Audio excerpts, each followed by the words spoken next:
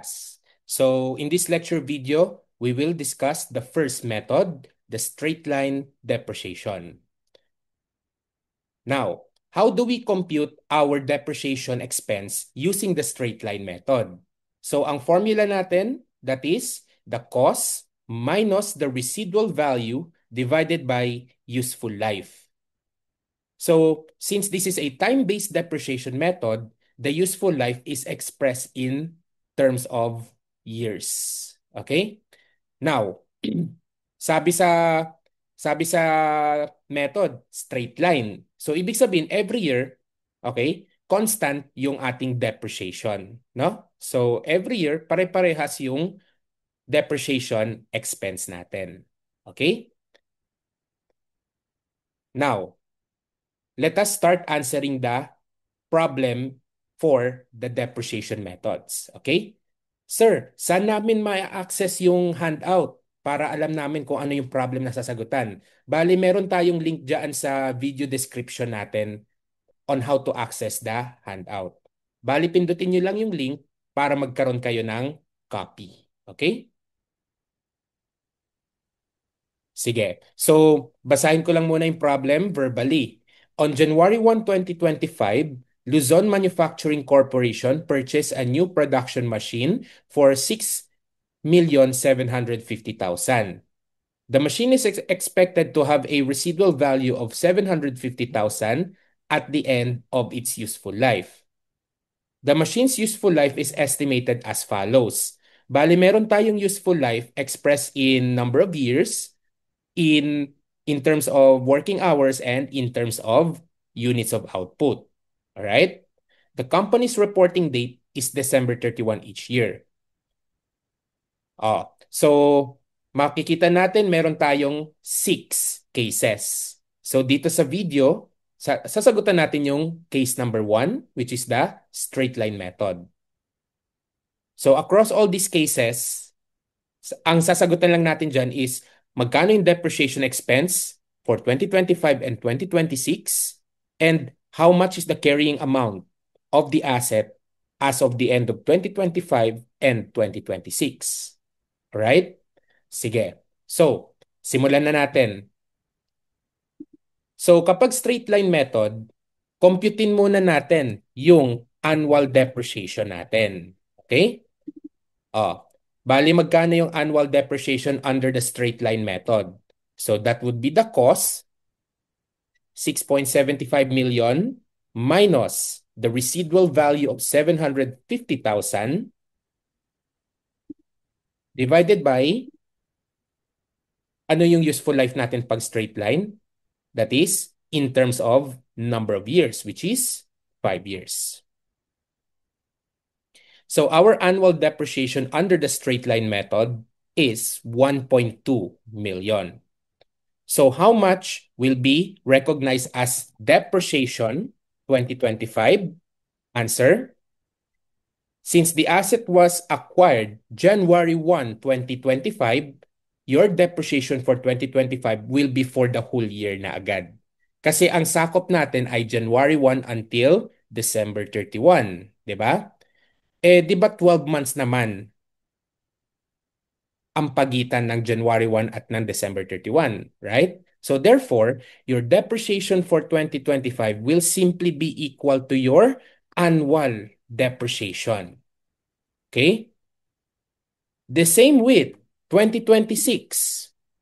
You will recognize depreciation equal to your annual depreciation of 1.2 million.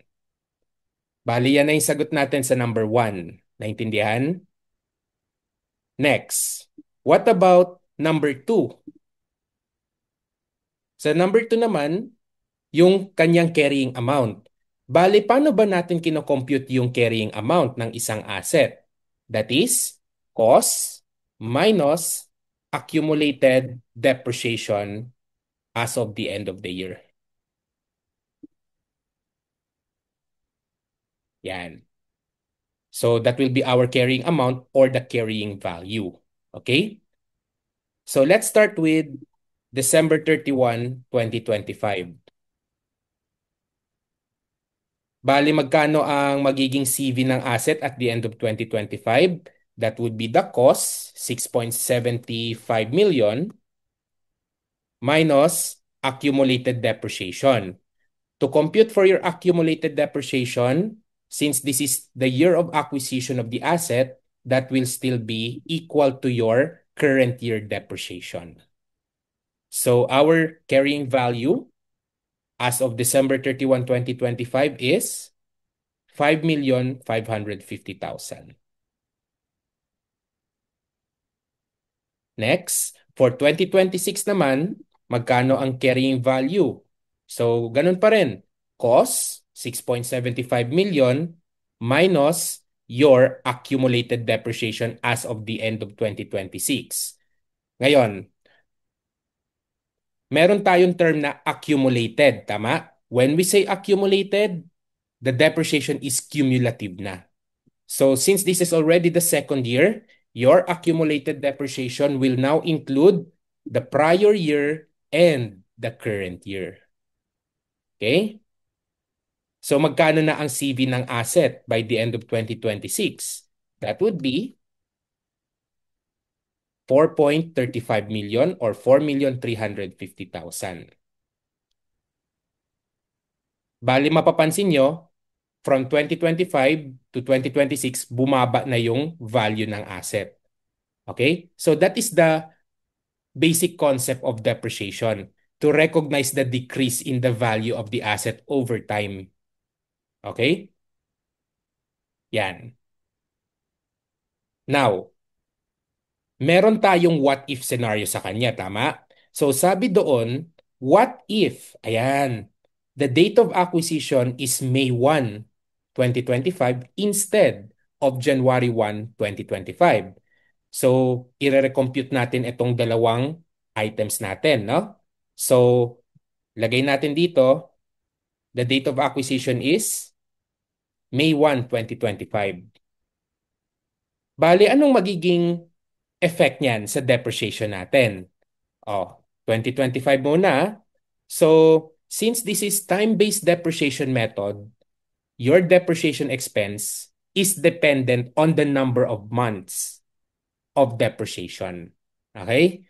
So, for our what if scenario, magsisimulang mag-depreciate yung asset ng May 1, di ba? Eh, ang reporting date ng company, December 31. So, ilang months ang nasa pagitan ng May 1 and December 31? We have 8 months. Di ba?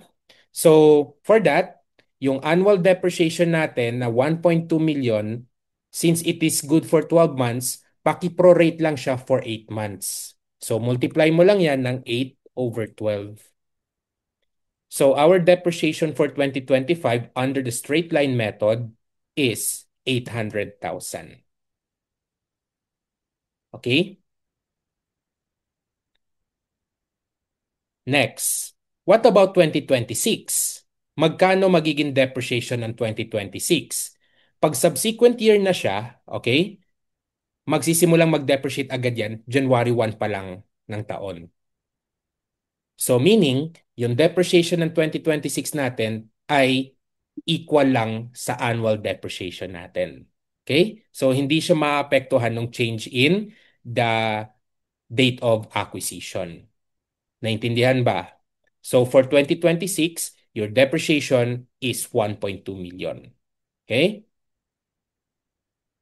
Next. For the carrying amount, okay? Sa carrying amount natin, the same format, okay? Yung computation yung magbabago dito. So, cost natin as is, 6.75 million minus the accumulated depreciation, December 31, 2025, that would be 800,000. So, our CV will be 5.95 million. Then pagdating sa dulo ng 2026, magkano na ang kanyang CV? So, cost minus accumulated depreciation. So, pag-add lang natin tong depreciation for 2 years. Bali, magkano na ang ating CV at the end of 2026? That would be 4,750,000.